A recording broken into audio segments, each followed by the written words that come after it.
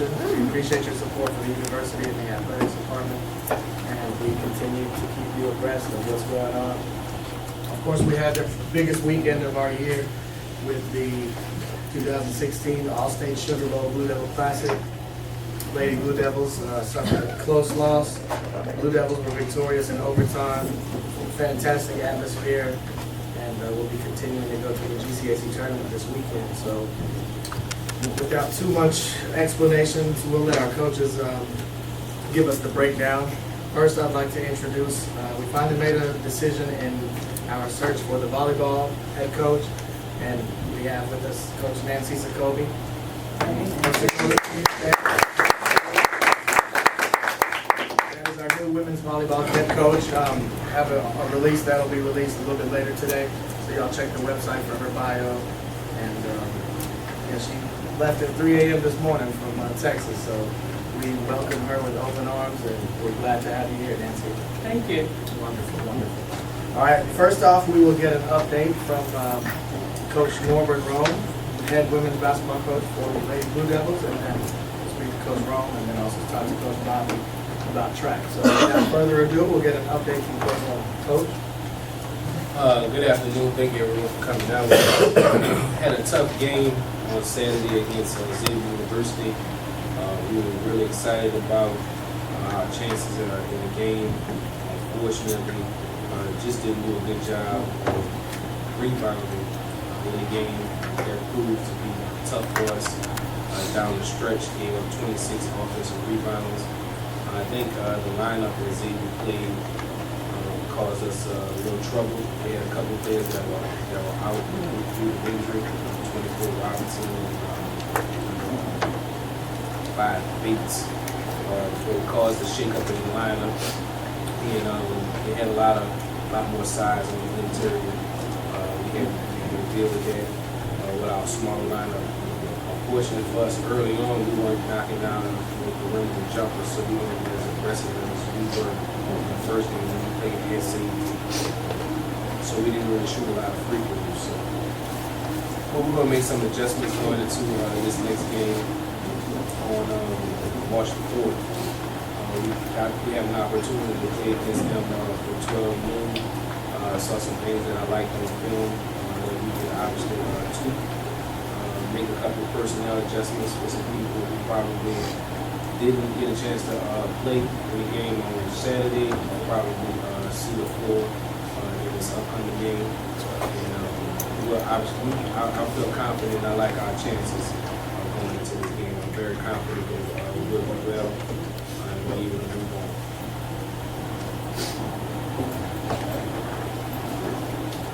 Any questions? Big brother, it's your third year in the game. Still wet behind the ears, but of course you're looking for your still learning a lot. Still learning a lot. Still looking for your first tournament win in conference.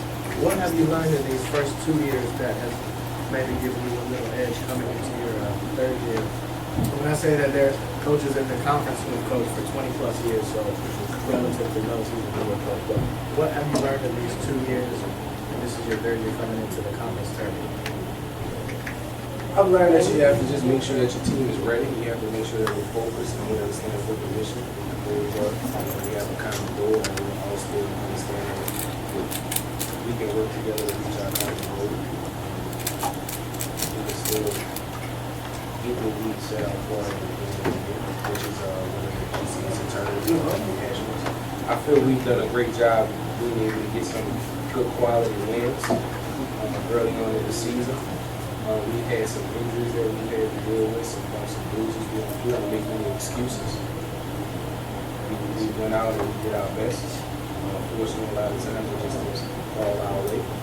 However, I still think we are a quality team, and I still think the team that beat Shirley State, I still think the team that swept Loyola can rear its head at any time. So there's definitely a dog horse in the tournament, and could possibly be a favorite to win it all.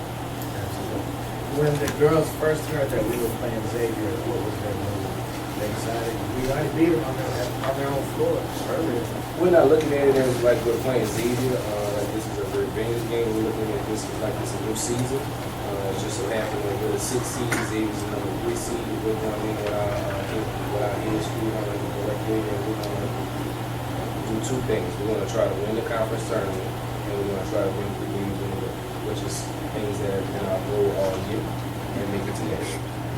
And we feel like even though our record doesn't reflect that we're a winning team, just because we have a losing record, we realize that doesn't make us losers. Any other questions, please, Anastasia? Do you ever feel that your team is just not as strong going in for the rebounds? Because it seems like they let the team get a lot of second chances and third chances to score again. No, I think Xavier's a quality opponent, and I think that they are real tall on the front line, which proposes a matchup problem for us sometimes. And so what we did was we said that we're going to stick with the lineup that we had, and we're going to roll the dice to see how it would work in our favor. We were going to try to stress the floor versus their bigs, perimeter players. Unfortunately for us, early on, we didn't get off to a fast start and get on the play from behind. We were able to tie the game up. We just didn't make plays down the stretch. We had the looks that we wanted, and we had the ball in the hands of the people that we wanted. But just unfortunately, we weren't able to make the plays that we needed to make down the stretch. I'm not really sure if there's a question in here, but I think your assessment of the team is absolutely right in that. I think they really are the team that swept Loyola until the last 5 minutes of every game. Like, they cannot finish games. And just from my own observation, not being a basketball coach or ever being a basketball player, it seems like it's just an issue of leadership on the team. And I don't mean from the coach, I mean on the team. I don't see anybody at the end of the game really just stepping up. They're pushing them, like everybody on the bench is kind of watching whoever's on the floor. Nobody on the floor is really stepping up in that last 4 or 5 minutes, going that extra mile. And I think that's where we're losing games. We in every game. Like, we are in every single game. They're playing well, they're keeping up with everybody. A lot of times we're winning, and then in the last 5 minutes, it's just like it just dies out. We fizzle away. And it's just, I would love to see somebody on the team step up and really push everybody else, just kind of help them finish. Give them enough energy at the end of the game to finish it off. But it's been like that now, pretty much almost every loss that I've seen. We win every game. I think you'll be surprised with what you'll see on Saturday. We have a couple of things that we're going to make a couple of adjustments to make sure that doesn't happen. We've been talking about that. But I'm not going to let the cat out of the bag. But I'm confident that we'll do well on Saturday. Trust the coach. Any other questions for Coach Rome, please? All right, thank you so much. Friday, 12 o'clock at Xavier. I'm sorry, at Suno. Forgive me, at Suno. We'll have the Lady Blue Devils 3-6 matchup against Xavier. So definitely want to come out for that. We appreciate your support. All right, next update we have from head coach Mike Newell from the Blue Devils, who were victorious in the Blue Devil Classic in overtime. First win at Dillard against Xavier since 2001. So it's a really big feat for us, and he'll explain to you how we were able to do that. Coach? Hail Dillard. Hail Dillard. No, it's that was a great atmosphere Saturday. I've, like I said, been doing this a long time and had an opportunity to coach in a lot of big games and at almost all different levels, Division I, II, and the atmosphere Saturday was truly, you could just sense the passion that the people that were there have, not only for our university but also Xavier for theirs, and that's always nice to see, and that means a lot. And so anytime that you can come out on the top end is obviously a lot of fun. And the game was really huge for many reasons. One, the tie with Dillard, or if we'd have lost, we would have tied with Xavier, and with Philander losing, it would have been we would have lost the tiebreaker and would have dropped down to a different seed. So it was big from that standpoint, but it was also big from the national standpoint. Having broke into the top 25 again last week and losing to a number 3 ranked Talladega team and then beating Xavier, we should maintain our ranking and hopefully move up of trying to get into that national tournament, because after all, that's the goal. You can't win a national championship if you don't make it to the national tournament. So that's been our goal from day one.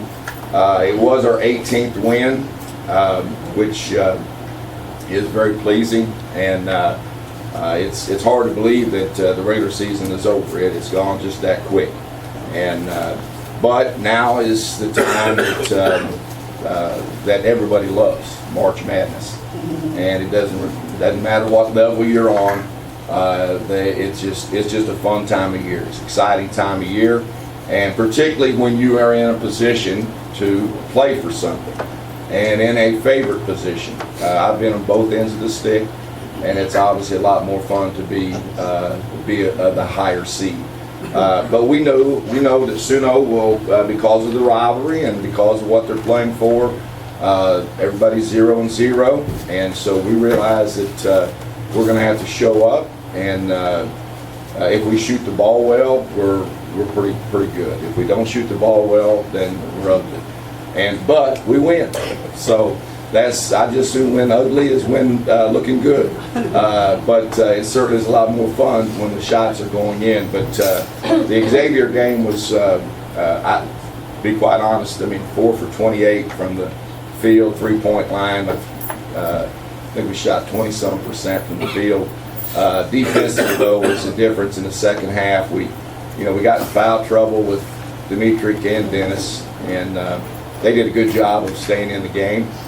And we tried to play some zone to protect them, and that worked, but they were scoring too easily. Then we went to what we call the 50Z, which is a laning type matchup, and Xavier, that gives them problems. They have not figured that out yet, which is good.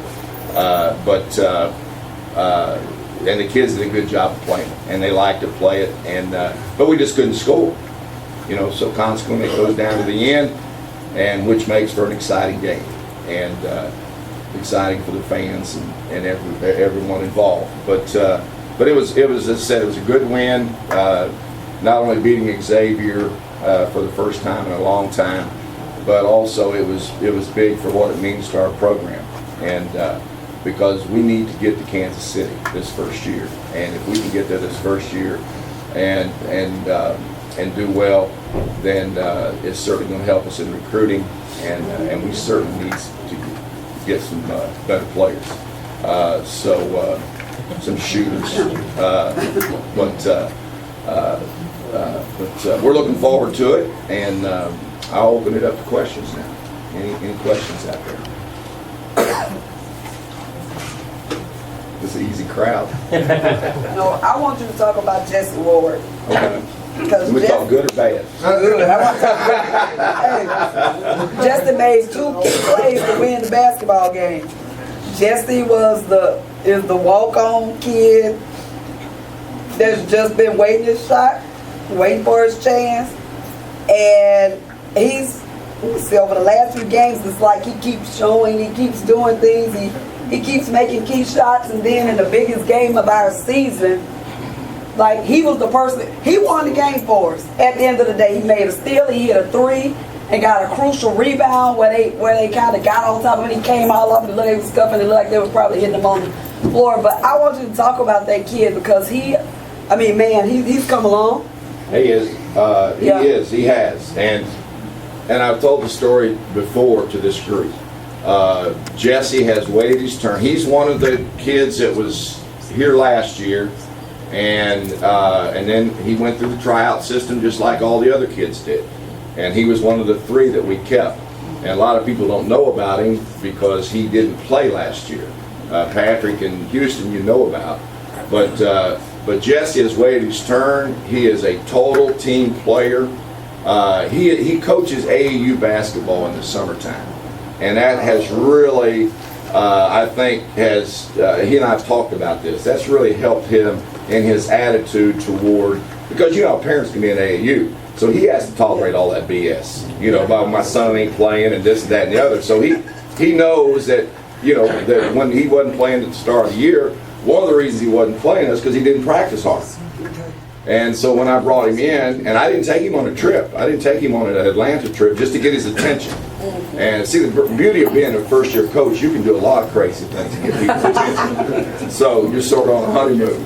And so we got his attention, and then he started practicing harder. And he's like I said, he's a good kid. But you're right, he's made some big shots for us, and he's probably our best shooter. Now that's not saying a whole lot on our team, but we